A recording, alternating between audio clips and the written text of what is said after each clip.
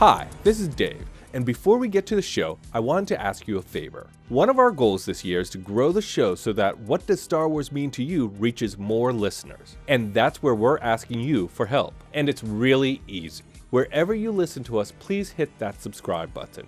If you're liking the show, give us a 5-star rating and review on the platform you listen to us. We make a lot of fun of the algorithm and the smash that button thing, but it really does help us get noticed by new fans. And if you want to join in on the conversation, find us on social at Star Wars Mean to You. That's Star Wars Mean, the number 2 in the letter U. Now, let's chat some Star Wars. You know, when I walked into it for the first time, and you walk through that tunnel and then, you know, you come out on the other side and you really feel like you were transported literally into another part of the galaxy. At least for me, that's what it felt like. I'm not ashamed to admit that I got choked up. Our guest today is a writer and a customer service director. He's worked all around Disney World, but may have landed one of the most interesting places you can be working for the mouse, at the original Star Wars Launch Bay, California. Please give a warm hello there to Ryan. Hey! Thanks so much for having me. It's a pleasure. Are you ready to share what the world with Star Wars means to you? I absolutely am, yes. We love that answer on this plot. All right. Yeah. Could you imagine if someone says, no, not quite ready yet? Yeah, well, it'd be the shortest episode we've ever posted. It'd be one of the outtakes, probably. There you go. Yeah. Yeah, exactly. So we'll start with 5 with the Force. This is just 5 standard questions we ask all our guests just to get your kind of Star Wars baseline. All right. Number 1 question I think is easy, but it's debatable. I don't think it's easy. Which Star Wars movie is your go-to favorite? A New Hope, Episode 4. Yeah, that is. Wow. I love that. And I have a backstory for that, which I was actually having a talk with a friend of mine today about. I was surprised it still kind of surprises me that it's my favorite based on my journey, but yeah, we'll get into that though. Okay. All right. Yeah, we definitely will. For this, I need a D6, and it's 4. Who is your favorite droid? R2-D2. R2-D2. Yeah, he's honestly the unsung hero of, I think, the entirety of the Skywalker saga. I mean, if he would have gotten captured with those plans, right from the beginning, then it would have been a very short story. Yes. Yeah. So true. What is your favorite line to quote? I've got a bad feeling about this. Such a classic, good one. Yeah, I mean, it does pop up in other Lucasfilm projects, but that one really does kind of, it fits. Yeah. So well. Yeah. So, for so many situations. So, yeah. It's very applicable to so much. It's so true. Yes. It is. And it is one of those lines that is, if it's not at least a trilogy, you're like, wait, where's the line? It doesn't feel like Star Wars without it. Yeah. Exactly. And then, I mean, even, they throw it in the Indiana Jones movies too. So it's, it travels across. Kind of off of that, can you do any Star Wars impressions or impersonations? There's one in particular. It's, it holds very near and dear to my heart. I've been told I do a fairly good Wookiee. So I'm guessing y'all want to hear that. So only if you want to. Only if you. Oh no, want. Hold on. Let me clear the. Cleanse the palate. Gotta excuse me for the throat for clearing there. It's kind of just like a.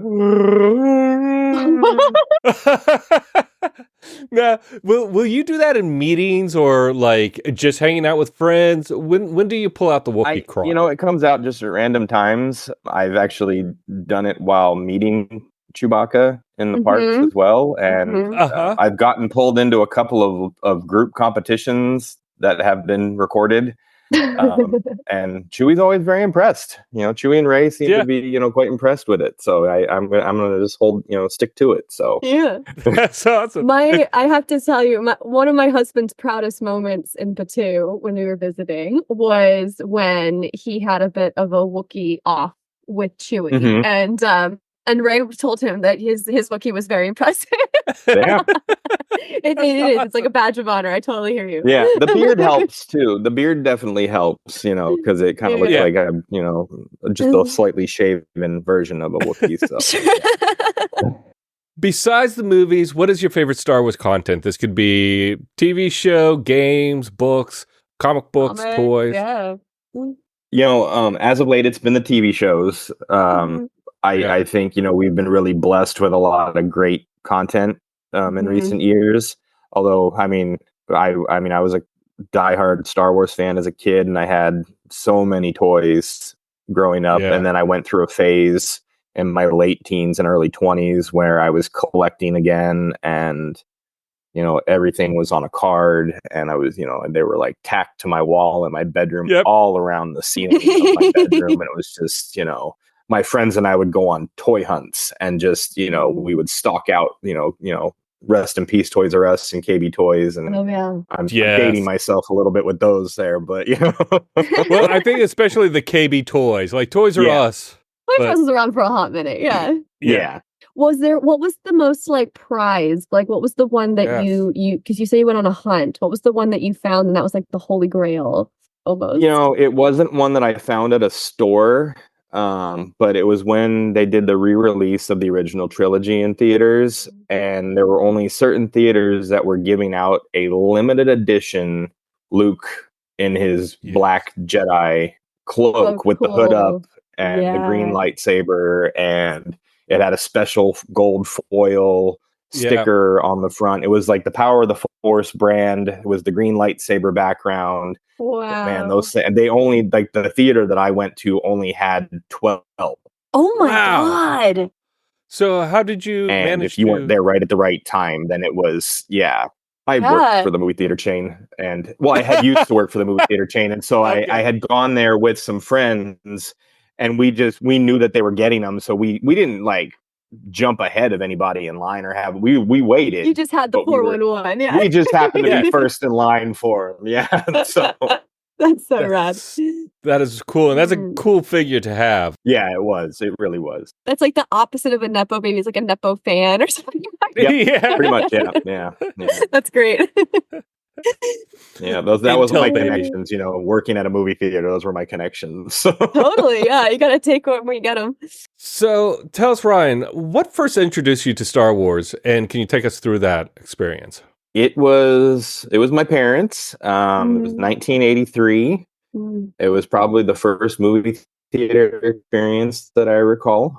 Return of the Jedi, and I had, I was 5 years old. So, I kind of had an idea of what it was. Like, I had toys and stuff, but I hadn't really, like, the impact of seeing it on a big screen hadn't been there yet until that happened. And it stuck with me from that moment. I fell in love with, like, Chewbacca again. He's been my favorite character for the entirety of the run of films. But it just the scale of it, and just, the story, and the battle amongst all of the characters of, doing right from wrong, and the redemption stories that came along with it, with, Vader turning back to the light at the end, and just seeing that journey. But as a kid, I didn't think about it that in depth, but as I've, grown with it, it really kind of has stuck with me. And I remember, like, getting the toys after seeing it, and I remember, that my favorite one from Return of the Jedi was the speeder bike. That's my favorite scene in Return of the Jedi, was the speeder bike chase in Endor.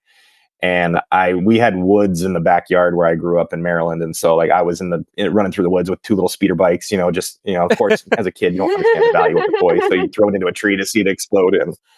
But that really was the start of the journey for me, was that moment, because it was, and that stuck with me, because that first theater moment of seeing what became such an impact on me growing up, because it's really, for me, Star Wars is an escape more than anything. It's just, you can kind of lose yourself in it, and every character has something unique to offer that someone out there can connect with. And that's what I love about, like, all the new stuff coming out, is that, there's a new generation that's getting to connect with things that, weren't in the old, the older series. And Yeah, and just but seeing like the upgrades of what they're able to do with the technology now and everything too, it's amazing to see where it was to what it's come to now.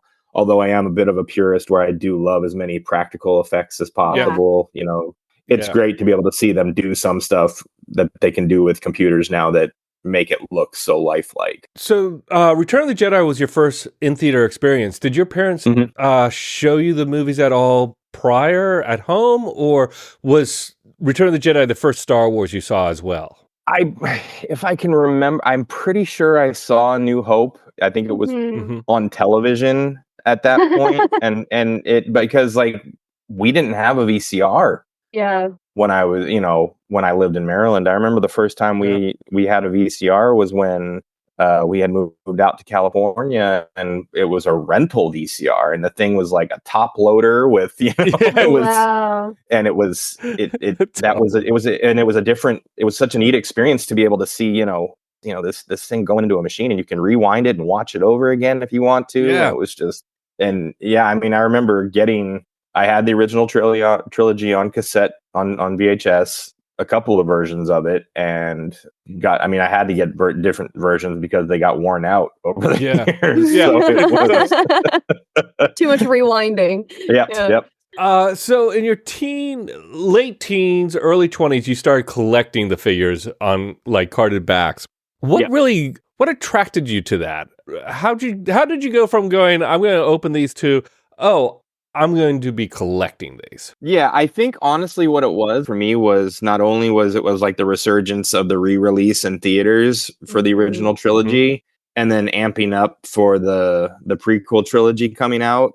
It was like I had more of an appreciation for the look of them and the packaging and everything. And as much as I wanted to rip them open and relive my childhood, there was something really cool about, I felt like, at the end of the day, coming home and going into my bedroom and seeing them displayed. And yes, there were some that I did buy duplicates of, and I would set up like little display scenes and things like that. Like if I had like some favorites that I really wanted to do, but I just like the look of them being carded. And I did think, maybe they'll, someday there'll be some, monetary gain, from them. Yes. So, there was, as we all believed. When you see shows like, and it's not on TV anymore, Discovery Channel or the Travel, I was on one of those channels, and this guy just literally went around the country raiding people's garages and storage units, attics, finding like rare toys, and then finding out how much they were worth. And I would just like sit there and cringe, like, oh my goodness, like, if you would have still had. And I'd come to find out, years ago, family friends, there was two kids in the family. This one son was a little bit older, and he had some crazy foresight from the 80s because he made sure that he had 2 sets of every original Star Wars toy. Wow. And I remember staying at their house one weekend with my mom. We went to visit them. I was putting clothes in the closet, and I opened up the closet in the guest room, and there was literally a stack of original Star Wars ride vehicles in the closet, unopened boxes. I'm not even joking. I was just... Sorry, the audience can't see my face, but my jaw is actually on my desk. Yeah. Yeah. The amount of money in that closet was absurd. Yes. I mean, it was... Oh, yeah. Yeah. But yeah, I think really for me, though, like going back to the original question, though, was just the fact of just loving the look of them and just, wanting to kind of, grab a little bit of nostalgia and have a piece of my childhood, just, for me to be able to look at and be like, man, I remember playing with those and how much fun it was. And then I realized how much space they took up and how much dust they collected. And there's that. They did eventually go to a good home. I did get a pretty good deal eventually with what I had my collection at a local comic shop that I patronized, and they made me a pretty good deal and for the entire lot that I had. And that's such a better story than some of our. I've lost all of mine in a garage sale to my mother. She claims I was aware. I have no memory of that in exchange. Like, what happened? So I love hearing a success story. It was willingly turned over. Yeah. It's like that sad story of seeing Woody in Toy Story Yes, exactly. Being snatched up by the collector. One of the things I did as a kid is I kept the card backs because I really did. I love the pictures on them because, it's like in the 80s, there weren't as... Like, you couldn't just Google Star Wars images and just see everything you wanted to see. No. And so it felt almost like a resource material to me that I had these card backs with images from the movies on them. Yeah. So I get that. And I always love the packaging. I'm a big packaging guy as well. Yeah. And it's just, to me, that's the excitement. It's a piece of history to an extent, too. Yeah. Like, I've been slowly building my collection back up. I sell something on eBay, I buy some action figures, that kind of thing, and very slowly. And I've had so much fun reading the backs of the boxes and like seeing, the date and like all the other ones they were advertising at that time. And it's kind of like how people who collect like, old magazines or newspapers or something, there's almost like an element of like just a historical value to it as well. Oh, yeah, for sure. Yeah. Absolutely. Ryan, what would you say is the best way to introduce the movies to somebody new? First, I let them know like the depth that they're getting into, and like I want to find out like how committed they might be, because it's a saga. I mean, there's a lot of content, and I mean, are we just doing the Skywalker saga? Are we also including Solo and Rogue One?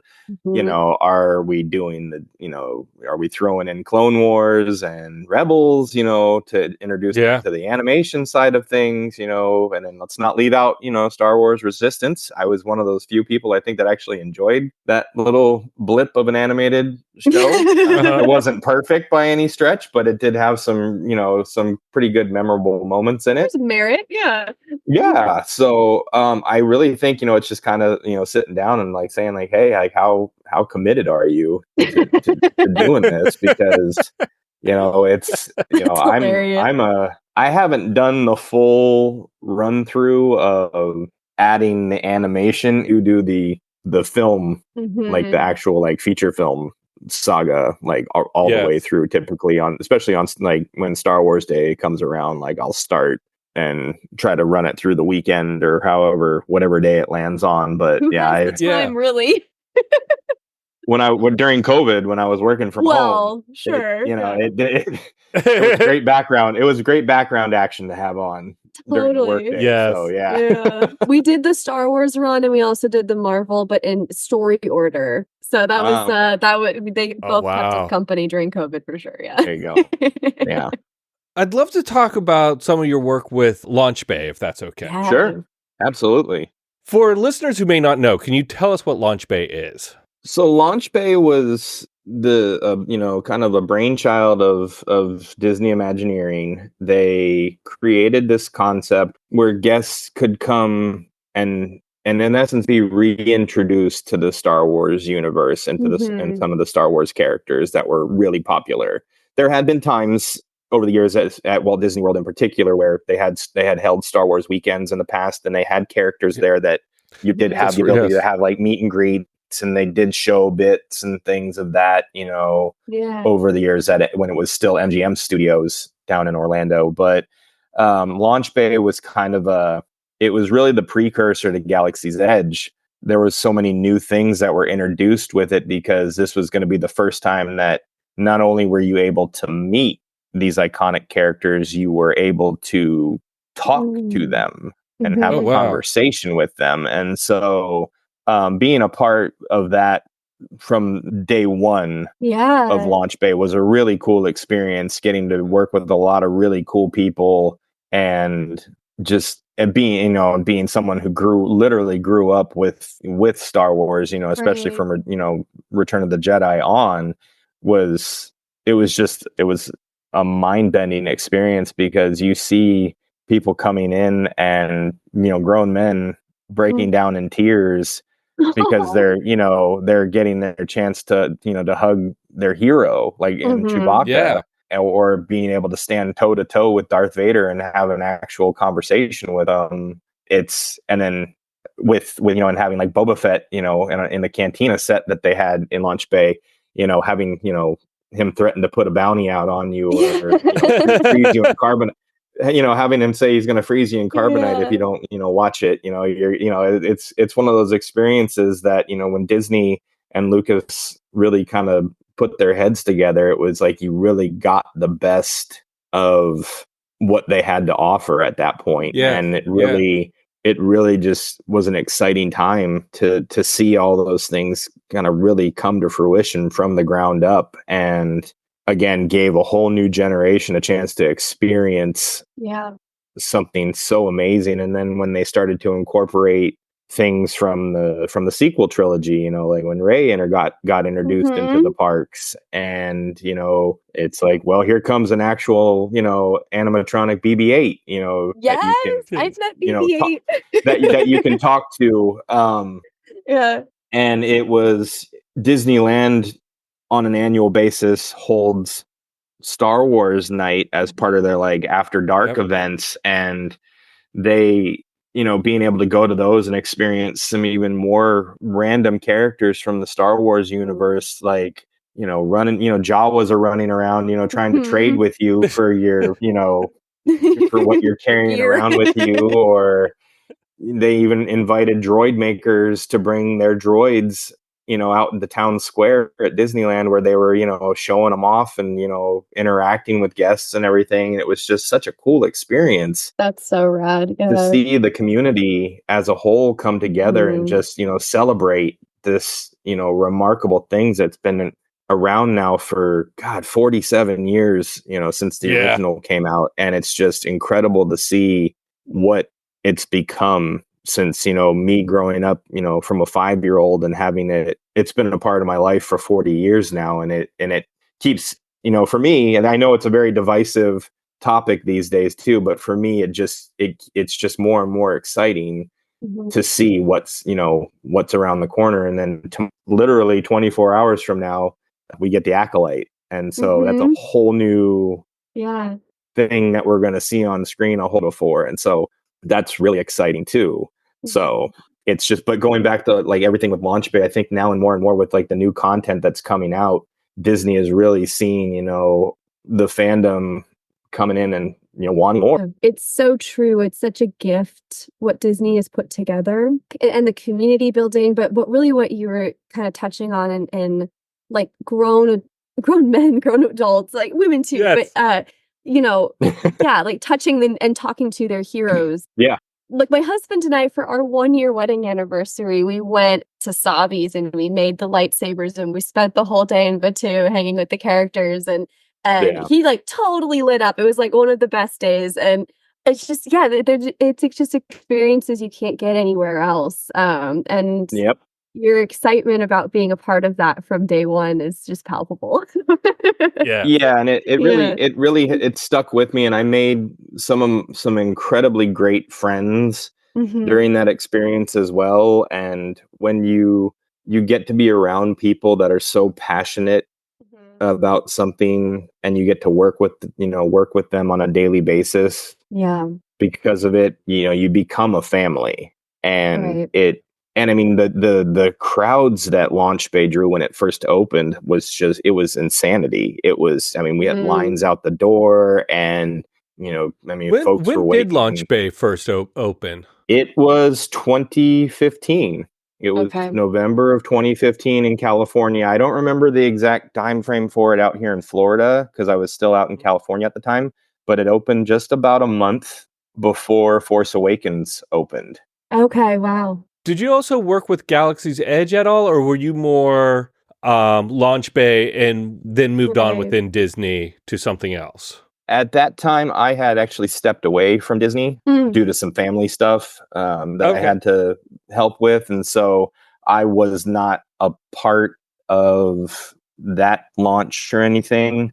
But I definitely went as a guest, though. I still remember going into and boarding the Millennium Falcon for the very first time. And I mean, just walking into Galaxy's Edge and walking into Batuu and seeing the Millennium Falcon in the flesh. Life size. When you visited Galaxy's Edge and you're there a little more as a consumer, what what did you feel some of the like enhancements or differences? What struck you as like, oh my God, this is completely different from Launch Bay, and it's this, this, and this? It honestly was just the massive scale of it. When I walked into it for the first time and you walk through that tunnel and then you come out on the other side and you really feel like you were transported in Wow. literally into another part of the galaxy. At least for me, that's what it felt like. Like I'm not ashamed to admit that I got choked up and it hit me. It was just like, it really was just one of those moments where, and I have photos of it when I first walked in, and then that, walking through and then turning that corner to see the ships and everything and the massiveness of them, because they built them on a 1-to-1 scale. So if, a Millennium Falcon was to be built in real life to fly around the galaxy, that's the size that it would be. Yes. And like same with the X-Wings and with Kylo Ren's ship, it really was just an awe-inspiring moment to see, like, yeah, they talked about doing all this, but wow, they really did it. And Yes. it and it just, and then to be able to see, like Chewbacca and Kylo Ren, the stormtroopers, out and Rey, all out and about, walking around and interacting and almost kind of like hunting for each other a little bit. It started to bring into that, that theme park immersion that so many of the parks now are really gunning for and battling it out with each other over. And so it's, I really hope that, in the next few years that we get some more immersion out of it, because I would love to see, because there's so much space in Galaxy's Edge where they can do a lot with, and I would really love to see more come with it, because I think it's got so much potential.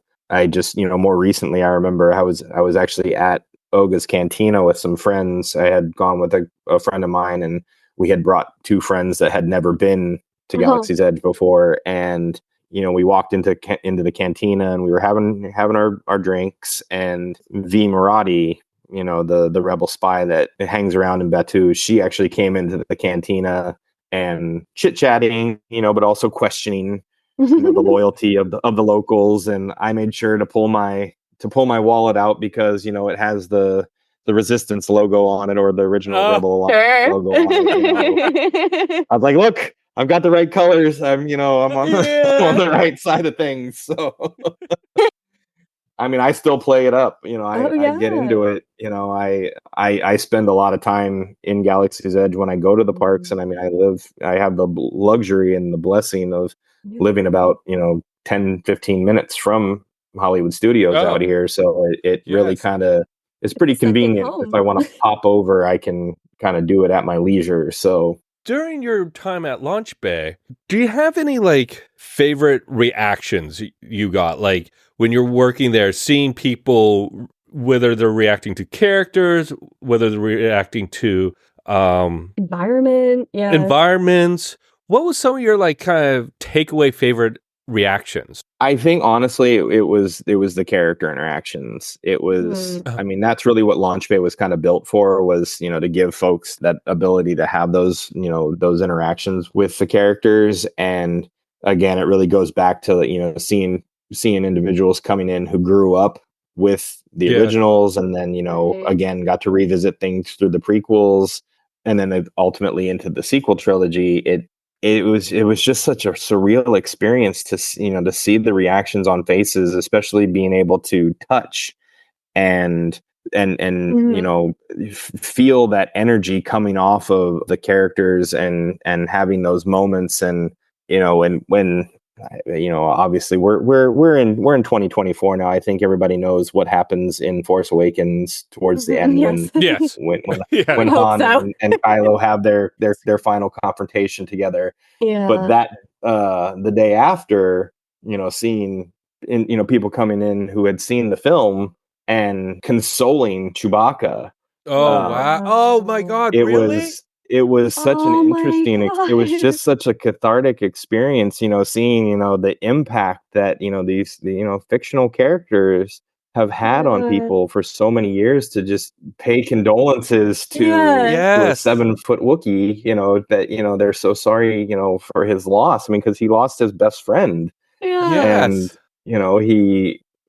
yeah, it was just such a crazy experience. And then, watching folks interact with Darth Vader and be like, how, people would get like upset, like, how could you do that to your own son and all these things? And it gave people a chance to, live their, these moments out, that for some is once in a lifetime, because it's, not everybody gets to the luxury like I do to be able to go to Disney whenever I want. So and see them. So when it's so crazy to see. And again, with things how they've advanced even since the opening of Launch Bay, and even with the opening of Galaxy's Edge, now you have Mandalorian, and Grogu in Galaxy's Edge. On occasion, you can run into them, and out in California, you've got even more characters that they've added out there with like Boba Fett and Fennec Shand, and Ahsoka's out there now, and Sabine was out there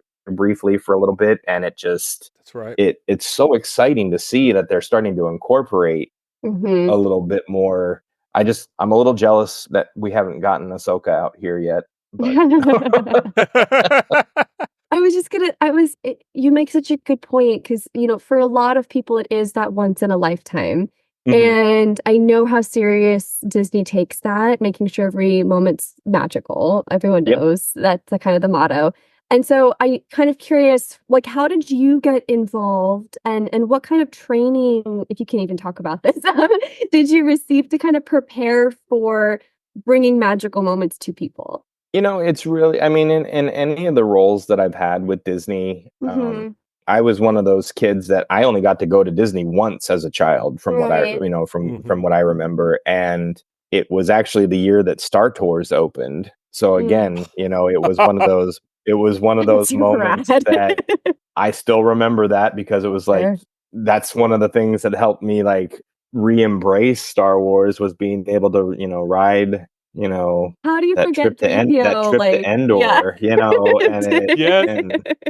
and I mean, because we only, during that time, there was only one film, one version of that ride, and so it was, seeing how many incarnations that has had over the years too is just incredible. How it's held up over the years. I think that's one of the things that's helped me over the years as a fan of Disney and a fan of Star Wars as a whole, is that just making sure that, when you have those interactions with those individuals, you never know if they're going to be coming back. So you want to make sure that they're going to have that, almost, like creating a core memory for them, so that way they know when, they go home and they look at those pictures, or they're watching that video clip back that they recorded, that's going to be something that they're going to cherish for, for a long time. Right.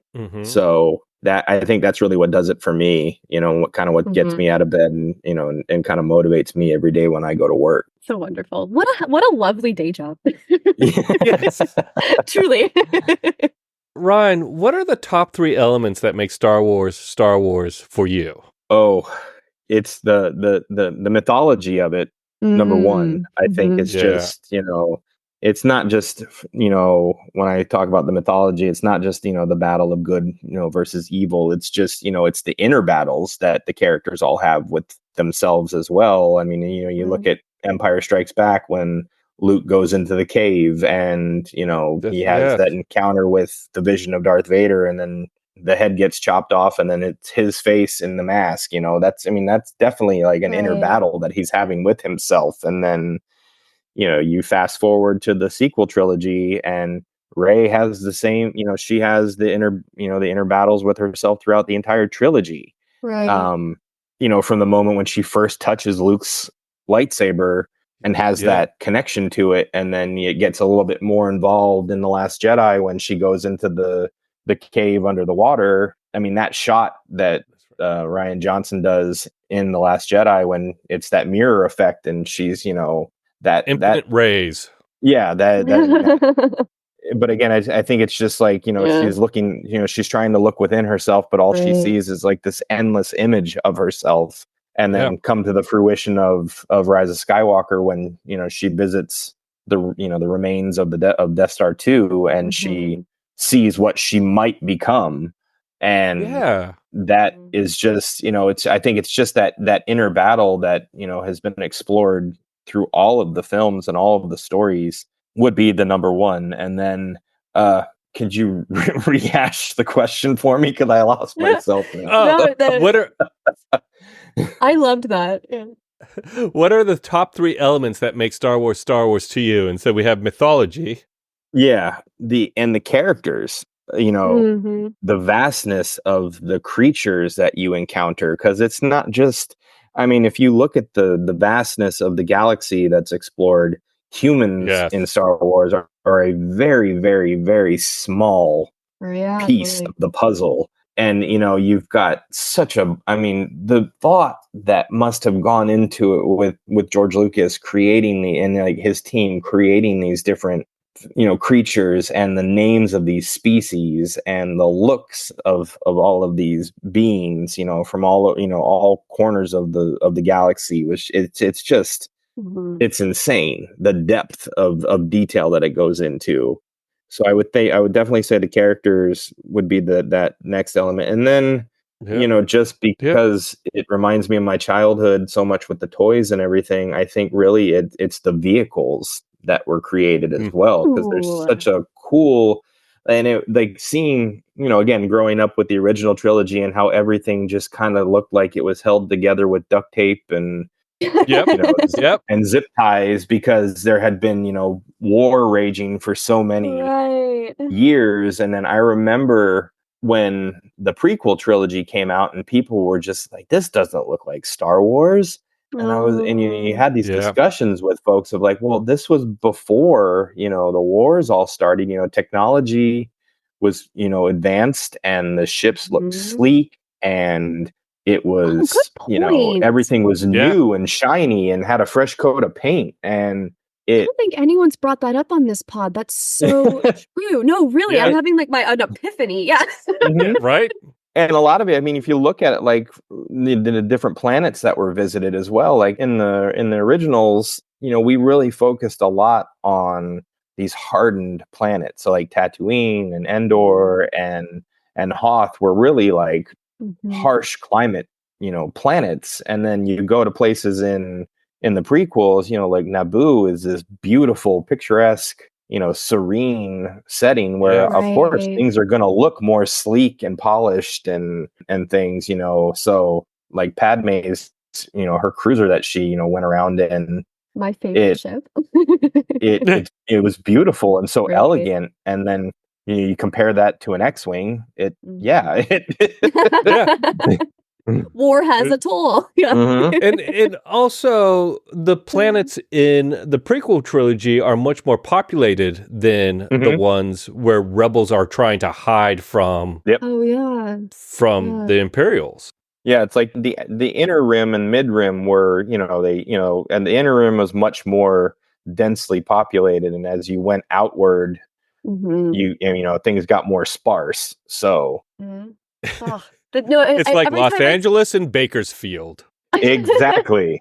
I just love doing this so much and talking to such hardcore fans, because like there's always observations that are new to me. Yeah.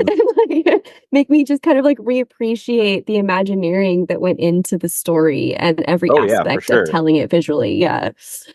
Right on. Well, for me, like that idea that Rey had a vision in each episode of the sequel trilogy, I never really thought about that before, but yes, it's so true that she has a vision in each one, and I think there could be a lot to examine there.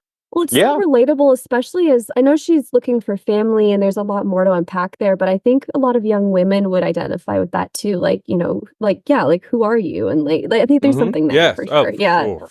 For me, like I absolutely adore Rey's character and Daisy Ridley's portrayal of her. Yeah. Yeah, I don't think now you look at it, you look at different characters, in different film series and things over the years, and when you see like who potentially could have been cast as to who was cast in a role, the fact that, I don't see anyone else being able to pull off what she did.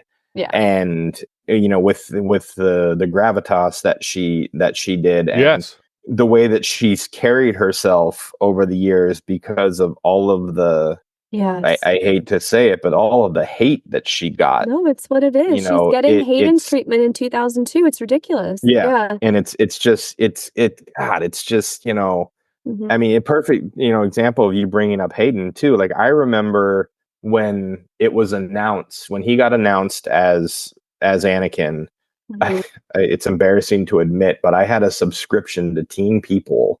No, that's not embarrassing. I love it. And he was on the cover of Teen People, you know, showing like, hey, this is who's going to be, you know, Darth Vader in the future. Yeah.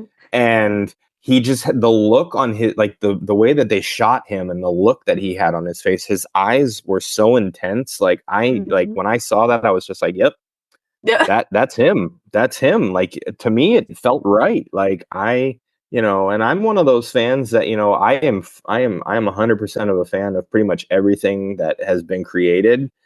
Is it all perfect? Absolutely not. Are there things about each of the films and each of the TV shows and everything that I'm like, you know, that could have been better, or that could have been left out, or that was annoying, or, you know, why was that in there? But, you know, it's still like, I mean, it doesn't mean anything, doesn't make it any less impactful for me on what it's done for me in my life. Like, I get so amped when something new is coming, or there's a new way to, you know, experience it. Like, when Force Awakens came out, I did one of the craziest things I've ever done. And I sat in a movie theater for over 20 hours because I watched all 7 movies in a row. Wow. And I know they recently just did that, you know, with the anniversary for the Skywalker saga, and it was all 9 films. But I didn't do that. But you know, I remember when that happened, it was such a cool experience because, you know, we were like, our screening of Force Awakens started an hour before anywhere else, and so we were like, yeah, you know, we're gonna come out before anyone else. Yeah, we were gonna come out, you know, and people were in the middle of the movie, or they were still waiting to see it, and, you know, it was, you know, seeing people like kind of give you the look like, well, what, you know, how was it, kind of thing. And I'm not a spoiler at all. Like, I don't want to give anything away, so I was just like, I gave thumbs up, and that was it. Like, I just, you know, went home happy after that. I was exhausted, but I went home happy. Ryan, let me ask you this, because our last question, we've talked a lot about your Star Wars love, how you saw Return of the Jedi first in the theaters, became kind of part of the family working at Launch Bay. Having discussed all this, what does Star Wars mean to you?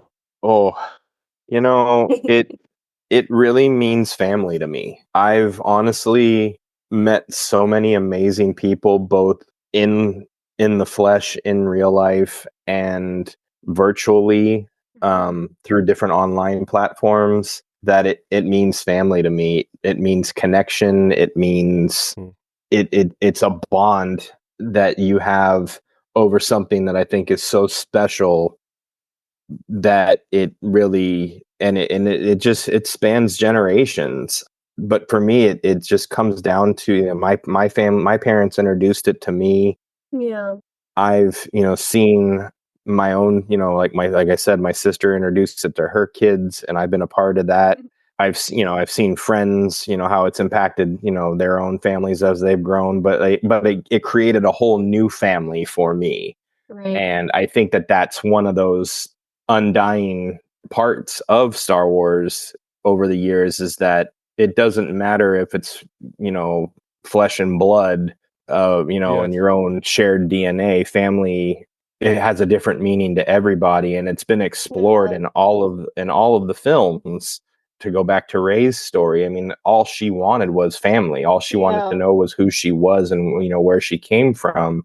And she went through a lot of tragedy, you know, and had to deal with a lot of, you know, finding out some horrible things about her actual family, only to find out, you know, that she had family all along. And, you know, you look at, you know, Han and Chewie.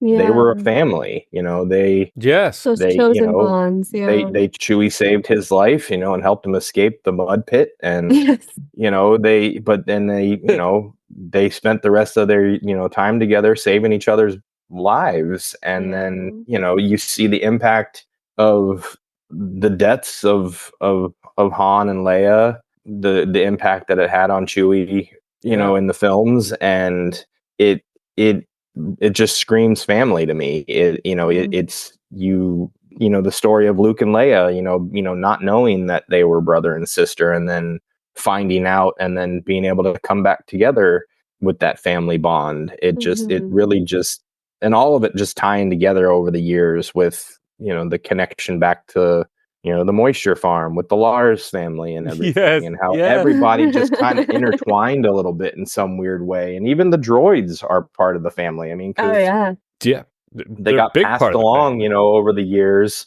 to different pieces of the puzzle, but then they came back around at the end, to their family. And it, so that to answer it, to sum it up shortly, it's Star Wars to me means family. Oh, that's amazing. Yeah. That's awesome. Ryan, where can people find you? I am on Twitter. You can find me. My handle there is thecreature_78. Great handle. We love it. You'll notice my picture is of a 70s or early 80s Chewbacca.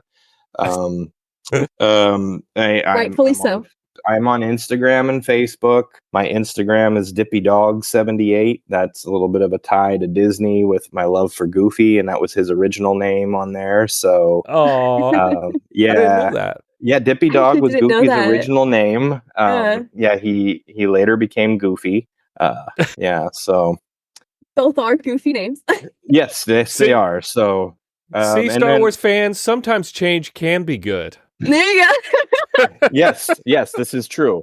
And then I am going to be launching my own podcast. It is yet to be officially named. Still working out the particulars there, because I'm a novice and I am excited about the launch. Welcome to the club. Still kind of piecing the puzzle together with that. But I will definitely let y'all know once that kind of is up and running, and we'll see what happens there. Yeah. So we'll certainly promote it. Yeah. I want to create a safe space for people to be able to come in and talk about the stuff that they love, and not, we understand that, and not feel attacked and be able to share their opinions and share their love for things. And if they have difference of opinions on things, it's okay, because we can have a discussion about it and be civil with each other. So it's going to be fun. So I'm excited about it. So right on. All your links will be in the podcast notes as well, so people can just look there and click right on over to you. Ryan, thank you so much for sharing what Star Wars means to you.